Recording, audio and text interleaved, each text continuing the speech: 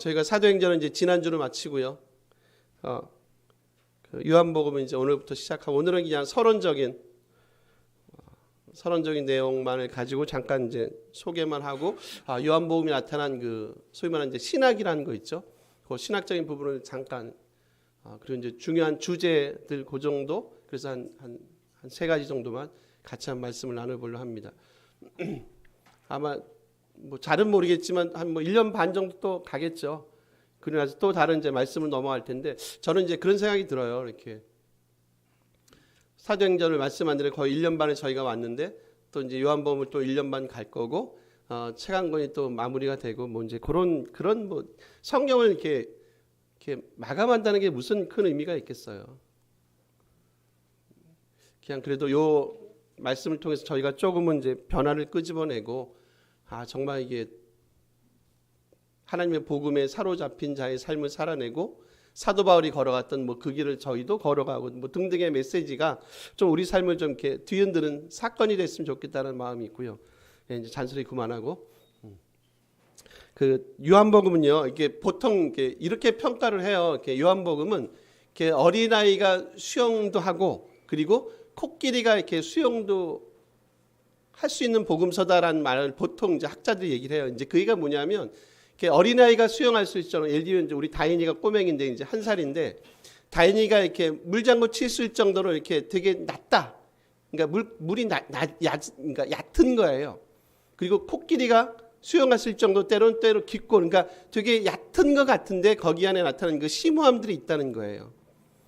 저희가 사실 꽤 몇 년 전에 한번 요한복음을 했는데, 조금 이제 이번에는 좀 자세하게, 좀 디테일하게 하기를 원해서 요한복음을 택했고요. 어쨌든 요한복음 그런 복음서다. 되게 얕은 것 같지만 사실상 코끼리가 수영할 수 정도로 되게 심오한 말씀이라는 생각을 먼저 갖고 계시고, 그리고 요한복음은 크게 이렇게 두 가지 배경을 가져요. 당연히 이제 하나의 말씀이니까 이제 유대적인 배경이 있어요. 그러니까 유대적인 배경을 자주 언급하는 것 중에 이제 그 배경이 뭐냐, 이런 거죠. 그러니까 절기에 대한 언급이 참 많이 나오거든요. 다른 복음서도 많이 나오지만 절기에 대한 언급이 많이 나와요. 예를 들면 뭐 유월절, 뭐 초막절, 막 그런 것들 많이 나오거든요. 그럼 왜 이렇게 요한복음은 유독 절기에 대한 언급도 많고, 그리고 절기에 대해서 이렇게 많이 강조를 하는가라는 거예요. 그게 뭐냐면, 여러분 절기는 어때요? 절기는 해마다 지키는 거잖아요. 유대 절기잖아요. 유대 절기. 근데 그 절기를 통해서 그 절기가 이제 완성하지 못한, 그리고 절기는 역시 한계가 있어. 그러니까 인간이 세운 일종의 절기, 제도는 한계가 있어. 그리고 이 절기와 제도의 이 한계를, 인간적인 한계를 넘어서게 만들고 그것들을 성취하고 완성하시는 분인 주님에 대해서 소개하고 싶어 해요. 그러니까 인간이 세운 어떤 제도, 절기, 당연히 하나님이 물론 구약에 세우셨지만, 그렇지만 그 절기가 인간의 손을 통해서 완성이 되지 않아요.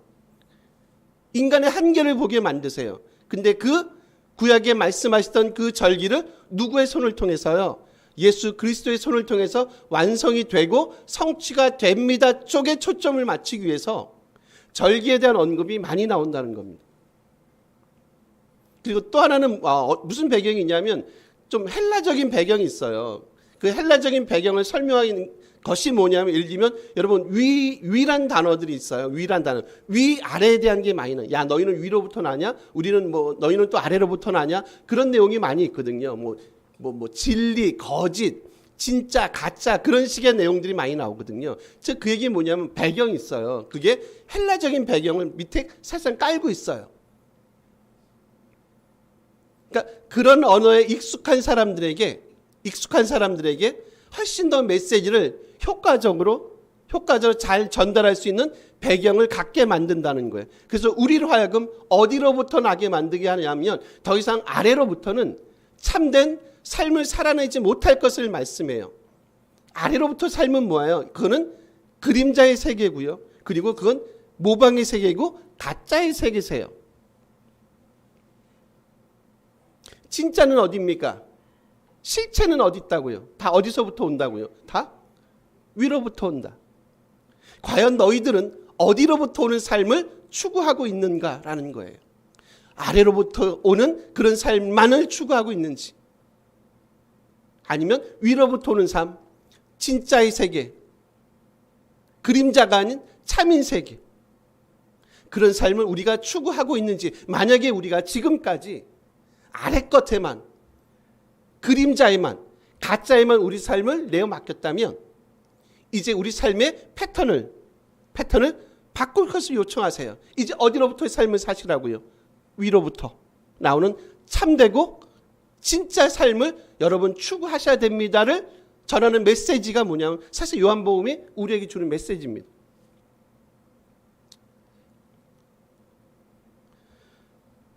그 뉴스 보니까 뉴스에 나온 겁니다. 그 트럼프, 죄송하지만 그분 얘기 들으셨어요? 하여튼 법원으로부터 이런저런 이제 범죄로 인해서 이렇게 어떤 판결을 받았더라고요. 얼마 그 벌금 페널티 물으시지 아세요? 한 번씩 보셔도 좋을 것 같은데 참 뉴스하고 별로 안 친하세요. 그 옛날에 그래요. 목사는 뭐 한 손에 성경을 한 손에 뭐 신문을 얘기 많이 하는데 깜짝 놀라 거의 4,800억이래요. 그 양반이 부동산 부자라고 얘기하죠. 부동산 거의 재산이 한 4조 정도가 된대요. 예, 우리 교인들은 이렇게 배포가 크셔야 4조에도 많이 안 놀라세요. 한 4,800 거의 5천억을 벌금 페널티를 물었대요. 페널티를 명령했대요. 5천억을 내라. 너 보니까. 근데 재밌는 게 있어요. 그 판사가 오죽하면 그 판결문인가 거기에 이런 얘기를 쓰더라고요. 이 사람은 트럼프겠죠. 이 사람은 거의 양심의 이제 마음의 가책을 느끼지 못할 정도로 거의 병적인 사람이다는 거기 아예 판결문에 이게 적시가 되어 있더라고요. 그래서 약간 그런 느낌 받잖아요. 이게 뭐 이제 그분 판단할 거 아니지만 하여튼 좀 그런 느낌 있잖아요. 그래서 그렇구나. 이게 당연히 알겠죠. 이게 법원이라는 곳은 판사란 분들은 평생 그것만 갖고 이제 소위 말하는 자기 잡을 이어가는 분이잖아요. 뭐 한두 사람을 만나겠습니까? 뭐 트럼프 같은 사람을 한두 사람 만나겠어요? 이제 남의 대통령 후보자를 이제 정할 수는 없지만 어쨌든 이제 그래서 그런 식의 이제 판결문 속에 그런 문구가 들어가 있고 그리고 이제 4,800억인가 그걸 이제 벌금으로 물러가는 판결이 나왔다는 그 뉴스를 본 겁니다. 그냥 사법부만 이제 저희가 신뢰한다고 보면 사법부만요. 사실상 이제 그런 삶을 좀 지향해야 되니까 뭘 해도 뭘 봐도 마음의 양심의 가책이 느끼지 않을 정도면 되게 심각한 거잖아요. 꼭 그분을 얘기하는 게 아니라 제가 이제 그분을 폄하하고 싶은 게 아니라 그냥 정말 그 정도 마음의 상태가 되면 이건 진짜 병적이잖아요. 그렇지 않습니까? 저는 이제 성령 얘기를 하고 싶은 거예요. 여러분 만약에 우리가 그 정도쯤 마음이 되면 뭐 병적인 걸 떠나서 이건 심각 수준 그 이상의 것들이에요. 결국 요한복음이 우리에게 제시하는 건 뭐라고요? 여러분이 추구해야 될 삶의 자세는 뭐냐면 바로 이런 더 이상 여러분 아래로부터 오는 밑에 것, 그림자, 가짜, 모방, 카피 그런 쪽에 여러분의 삶을 내어 맡기지 마세요. 이제 여러분은 이제 하나님의 자녀로 거듭난 위로부터 태어난 사람들 아닙니까? 그러니까 당연히 위로부터 태어난 사람은 위로부터 주어지는 가치나 그런 삶을 가지고 살아가는 게 맞다는 거죠. 그럼 여러분 이제 하나 볼까요? 그럼 요한복음을 요한이 왜 썼냐는 거예요. 왜 썼을까? 당연히 썼을 때는 이 말씀을 기록할 때는 기록한 이유가 있지 않겠어요?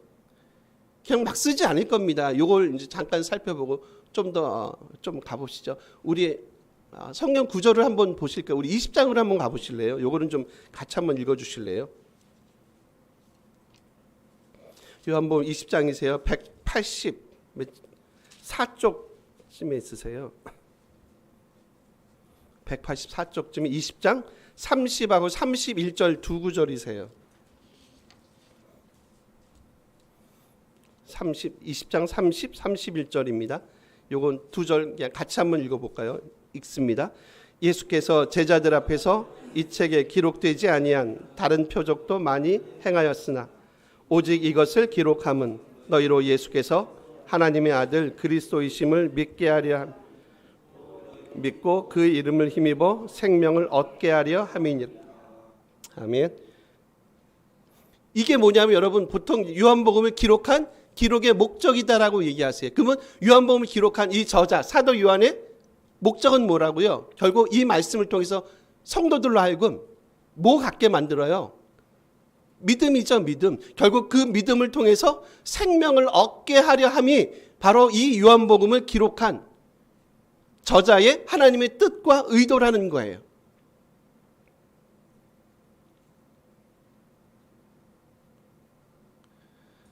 믿음이 없이는 하나님을 기쁘시게 못하나요?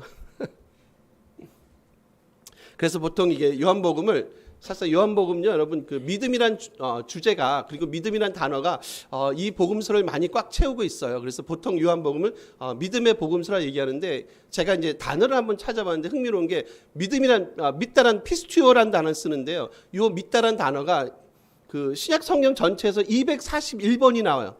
241번이. 그리고 요한복음에서만 몇 번 나오냐면 제가 꼭 제 설교를 피드백하는데 이때쯤 되면 제가 꼭 이런 식의 화법을 몇 번 나오냐면 딱 서요. 그리고 이제 마치 이제 묻죠. 질문. 그래서 제가 내 스타일이 그렇구나. 좀 피곤한 스타일이구나. 성도들. 그냥 본인이 얘기하면 되지. 그걸 또 몇 번 나오냐면 딱 하고 뭔가 답변을 유도하는 듯한 그런 화법. 참 피곤한 스타일. 그래서 한번 물어볼까요? 몇 번 나오실 것 같으세요? 이음사님. 190번이요? 150번. 많이 쓰시네. 몇 번 나오냐면 98번이 나와요. 그러니까 241번 중에 98번, 거의 100번이 나오는 거예요. 꽤 많이 나오죠. 신약성경 전체에서. 그리고 요거를 여러분 공간복음 다른 거와 비교해보면 확 차이가 나는 걸 느껴요. 마태는 14번 나와요. 마가는 11번. 누가는 9번이에요. 그러면 공간복음에서 몇 번 나오는 건가요? 나오죠? 계산 나오죠? 20 몇 번인가요? 34번인가요? 그렇죠. 34번이죠. 다 합쳐서 34번인데 요한복음에서만 98번. 근데 또 흥미로운 게 있어요. 그게 뭐냐면 명사형은 쓰지 않습니다. 요한복음은 전부 다 동사형만 사용해요. 그러니까 죄송합니다. 이게 헬라를 자꾸 써서 명사는 피스티스라 그러죠. 명사형인데 이걸 쓰지 않고 다 피스튜어란 동사형을 써요. 왜 동사형을 쓰는지 아시죠, 여러분? 그러니까 명사형을 쓴다는 얘기 뭐냐면 일종의 이런 것 같은 거예요. 그냥 하나님의 말씀을 보시고 들으시고 여러분은 순종하시고 복종하시고 이제 그런 식의 되게 좀 수동적인 의미가 강해요. 근데 동사형을 쓴다는 건 뭐예요? 액션이잖아요. 여러분 적극적으로 예를 들면 주님의 제자의 삶을 살아가셔야 됩니다. 결단을 하셔야 됩니다. 쫓아가시는 그런 믿음이 있으셔야 됩니다. 등등을 적극적인 어떤 신앙의 모습을 양태를 설명할 때 주로 쓰는 행동 방식이 뭐예요? 태가 능동태란 말이에요. 동사 능동태예요. 지금 요한복음이 그래요. 다 동사형만 써요. 뭘 강조한다고요? 적극적인 믿음의 행위를 강조하고 있어요. 단순히 듣고 나서 맞아 그렇지 맞아 그런 삶을 살아야지 수동적인 순종이나 복종의 상태에서 머물러 있지를 원하지 않으세요. 뭐 하시라고요? 쫓아가시고 결단하시고 믿으시고 결국 그 믿음을 통해서 우리로 하여금 뭐를 얻게 만드신다고요? 하나님의 생명을 얻게 만드는 것을 목적으로 지금 요한복음은 우리들에게 다가오고 있다는 겁니다. 저는 이제 21장 가겠지만 끝까지 가겠지만 저희 교회가 좀 이제 요한복음 새로 시작하시면서 이런 좀 결단들이 있었으면 좋겠습니다, 여러분. 또 다른 이제 사도행전 끝났으니까 뭘 할까? 이제 사도행전 뭐 알아서 하시겠지. 구약이 편하고 좋은데 아무거나 상관없습니다. 어떤 그냥 이제 마지막 마치시면서 좀 그런 마음의 생각들이 있었으면 좋겠어요. 맞아. 신앙은 그런 거지. 신앙은 그런 거지. 신앙은 믿음은 결단하는 거지. 주님을 쫓아가는 거지. 적극적으로 우리가 그리스도의 삶을 본받아 가는 거지. 단순히 듣고 고개만 끄덕끄덕거리고 그리고 돌아가시는 게 아니라 집으로 가시는 게 아니라 정말로 적극적인 성도의 삶을 살아내기를 다시 한번 각오하고 결심하는 살아가는 것.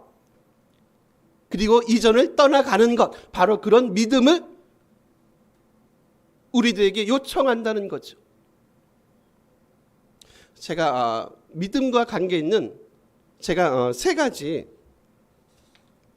감각기관을 볼 거예요. 여러분 보통 요한복음요 믿음과 뭐를 연결하냐면 보는 거 있죠. 보는 거. 믿음과 봄을 연결하고요. 믿음과 알물, 안다, 알물 연결하고요. 또 하나는 뭐냐면 믿음과 들음을 연결해요.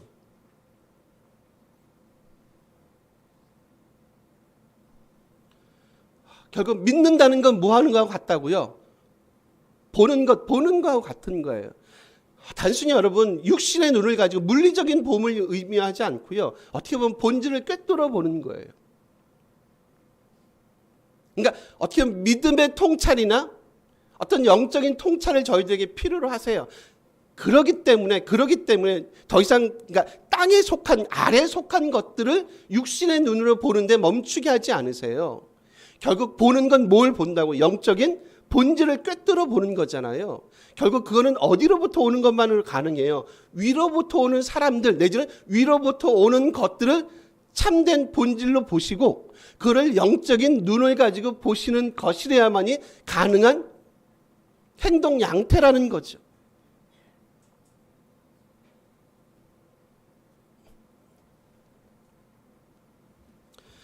보통 요한복음에서 안다는 얘기는요,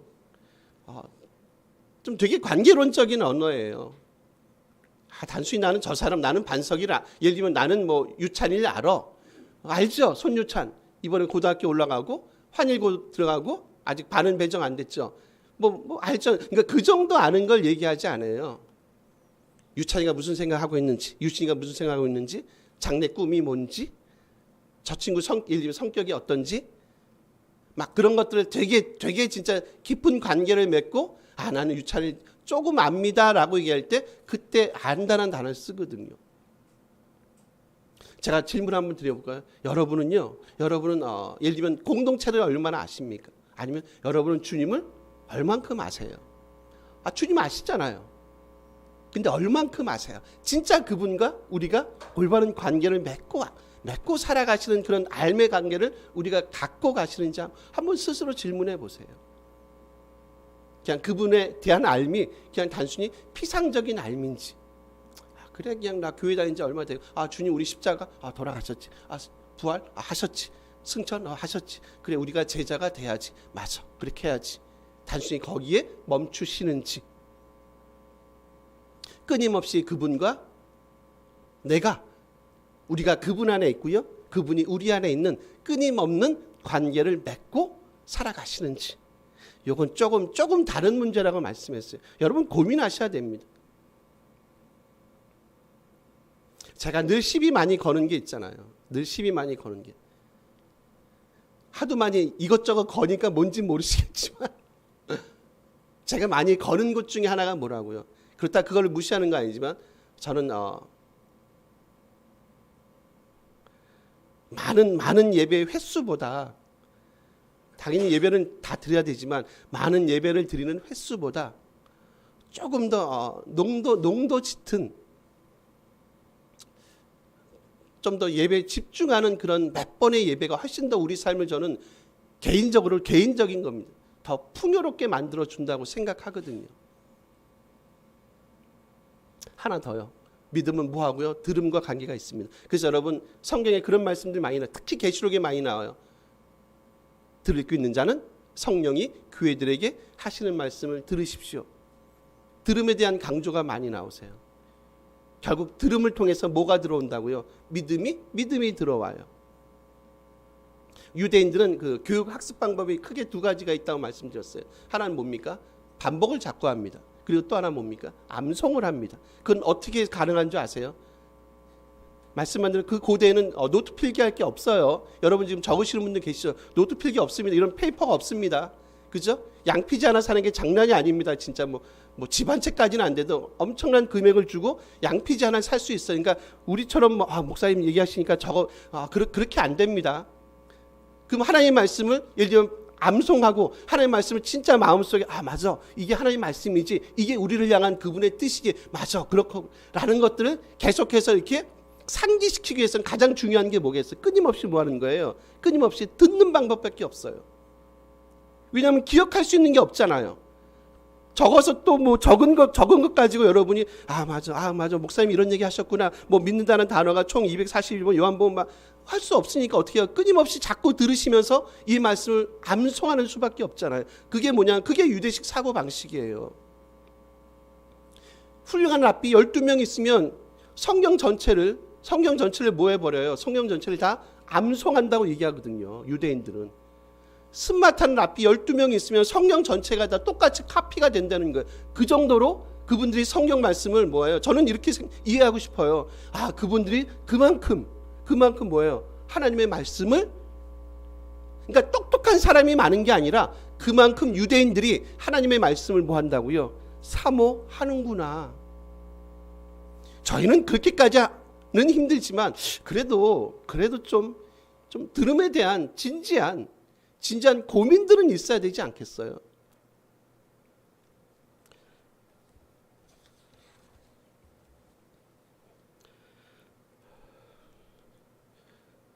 좀 듣고 나서 좀 우리 삶에 대한 어떤 변화들이, 그래서 진짜 그런 말씀, 성령이 교회들에게 하신 말씀을 들으십시오라고 하는 그 음성이 저는 진짜 우리 가슴으로 좀 들려지는 그런 은혜가 있었으면 좋겠어요. 그냥 주일이니까 의례적으로 나와서 저도 마찬가지입니다. 주일이니까 의례적으로 나와서 설교자니까 설교하고, 여러분은 청중이시니까 성도님이시니까 설교를 들으시고,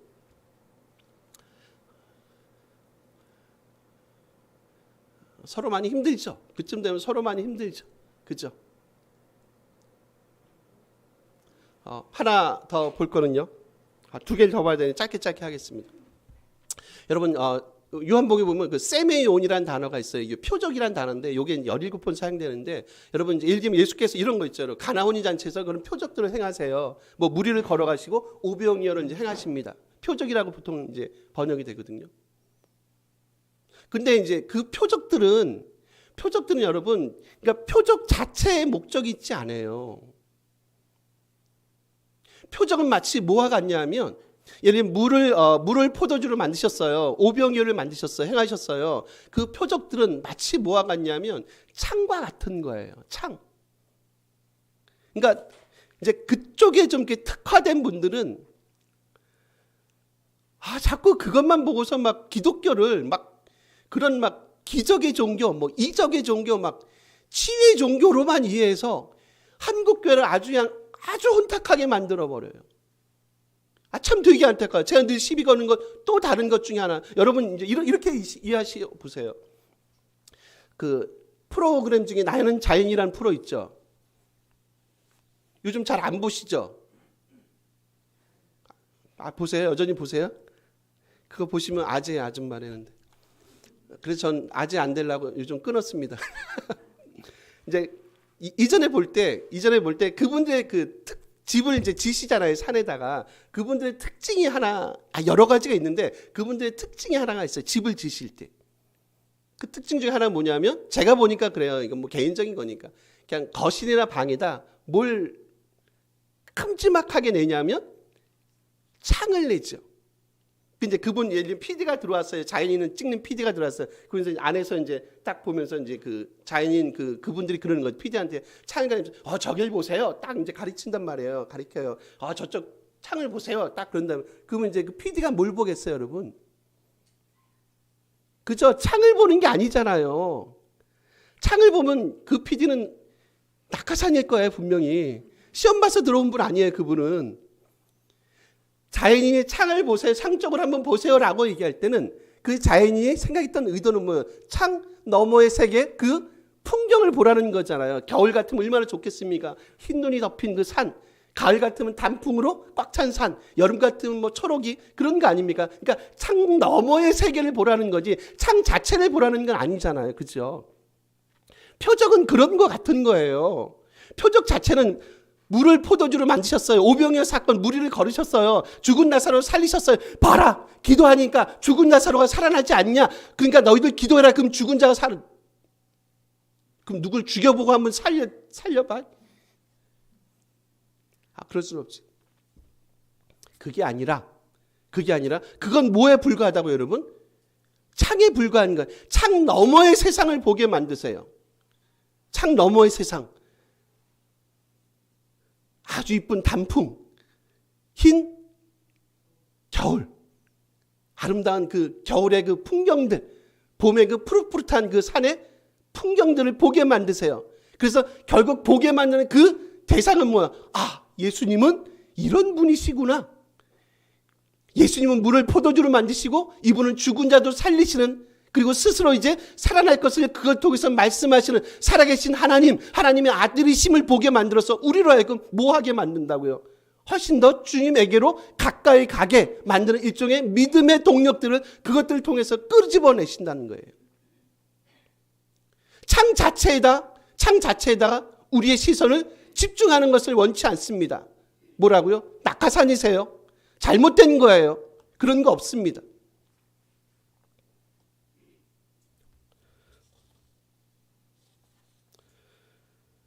하나만 더 말씀을 정리하겠습니다. 이제 요한복음에 나타난 교회론을 보시면요,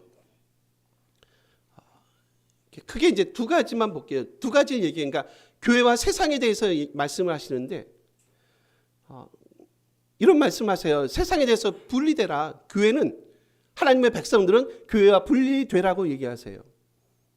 사실 분리는 지구를 떠나고라는 건 아니에요. 그런 메시지는 아니세요. 분리는 뭐냐면 사실상 거룩함이세요. 그러니까 지금 교회에 대해서, 하나님의 공동체에 대해서 지금 예수님께서 하시는 말씀은 뭐냐면, 야, 너희는 세상과 분리되는 삶을 살아야 돼. 근데 그 분리는 뭐라고요? 거룩함. 너희의 거룩함을 통해서 사람들이 하나님의 살아계심을 보여주는 방식으로 이 땅의 교회가 든든히 서갈 것을 말하세요. 특히 교회론을 말할 때는요, 요한복음은 그래요. 요한은 교회를 얘기할 때 그냥 어떤 제도적인 교회를 말하지는 않습니다. 어떻게 보면 아까 말씀한 대로 예수님과의 철저한 관계성에 집중을 많이 하세요. 주님과 너희가 올바른 관계를 맺었으면 좋겠다. 그래서 그분이 우리 안에, 우리가 그분 안에, 그분은 목자고 우리는 양이고 내가 그 안에, 그가 내 안에 등등의 것들, 그분과 올바른 뭘 맺게 만드신다고요? 관계를 맺게 만드세요. 세상에 대해서 우리의 거룩함을 지속적으로 유지할 것을 말씀하세요. 왜 그렇다고요? 왜 그래요, 여러분? 내가 거룩하니까. 그리스도 그분 자체가 거룩하시니까, 거룩하게 부르받은 하나님의 제자들, 자녀들도 이 땅에서 세상과 분리된 삶, 즉 거룩한 삶을 살아내는 게 맞다는 거죠. 그게 뭐예요? 그게 교회의 존재 이유세요. 만약에 교회가 그런 삶을 살아내지 못하면, 그런 삶을 우리가 추구해내지 못하면, 여러분 뭐하러 박해하고 여기하고 똑같다면 여기가 이곳이 존재할 이유가 없지 않은, 그런 생각 안 드세요? 여전히 여기가 부패했다면, 여전히 죄송합니다만 목회자가 부패했어요. 그러면 그건 아니지 않으세요? 성도가 부패해요. 엄청나게 많은 공금이 횡령이 돼요. 많은 일들이 벌어져서 막 세상 법정 가서 시시비비를 따져요. 교회가. 제가 지난번에 말씀드렸어요. 그러면 그렇게 질문했어요. 그러면 교회는 왜 존재합니까? 이 땅의 거룩성은 어디서 찾습니까? 교회마저 이러시면 이 땅의 거룩성은 어디 가서 찾습니까? 여러분마저 이러시면 우스갯 말로 이런 생각하죠. 여기서 이러시면 안 됩니다. 여기서 이러시면 안 됩니다. 그리고 또 하나 추구하는 게 뭐냐면, 내적으로 이 공동체에게, 교회 공동체에게 또 하나 추구하는 얘기는 뭐냐면 이런 걸 요구하세요. 너희가 그리스도 안에서 하나가 됐으면 좋겠다라는 거죠. 왜 하나됨을 강조하는 줄 아십니까? 하나님과 주님이 하나가 됐듯이. 그게 우리 삶의 교회의 샘플이 돼야 됨을 말씀하세요.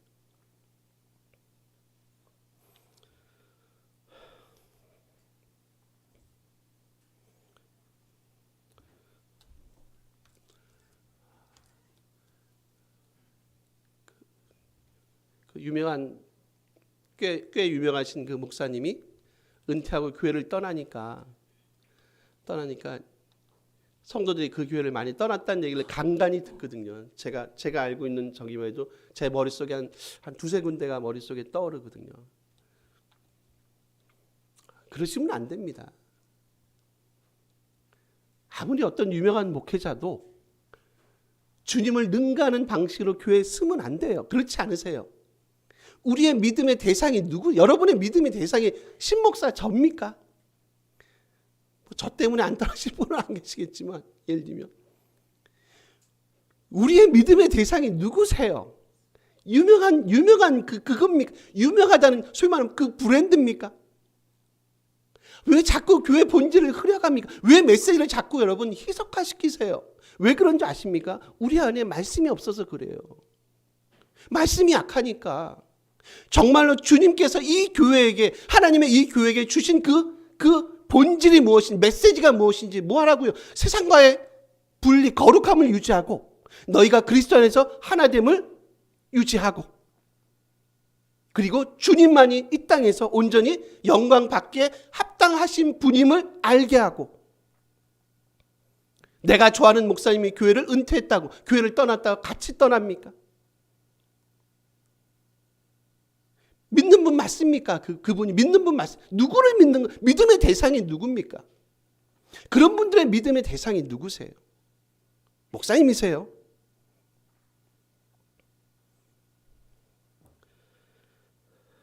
저는 우리 교회가 그러니까 우리 교회만 뭐 그런 게 아니라 좀 우리 조국 교회가 그랬으면 좋겠어요, 여러분.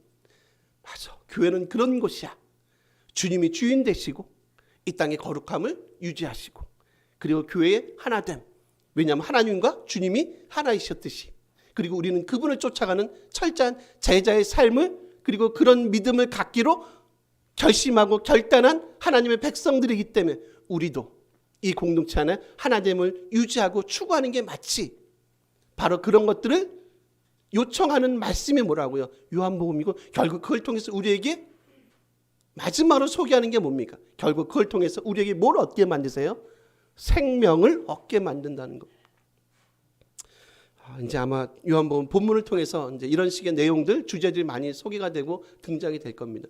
같이 보시면서 좀 저희가 좀 철저하게 그냥 새로 어떻든 시작하는 메시지니까 좀 말씀을 좀 묵상하고 좀 이런 삶의 결단들, 믿음에 대한 것들이 좀 우리 삶을 가득 채우는 은혜가 우리 가운데 있었으면 좋겠습니다. 우리 한번 같이 기도했으면 좋겠습니다.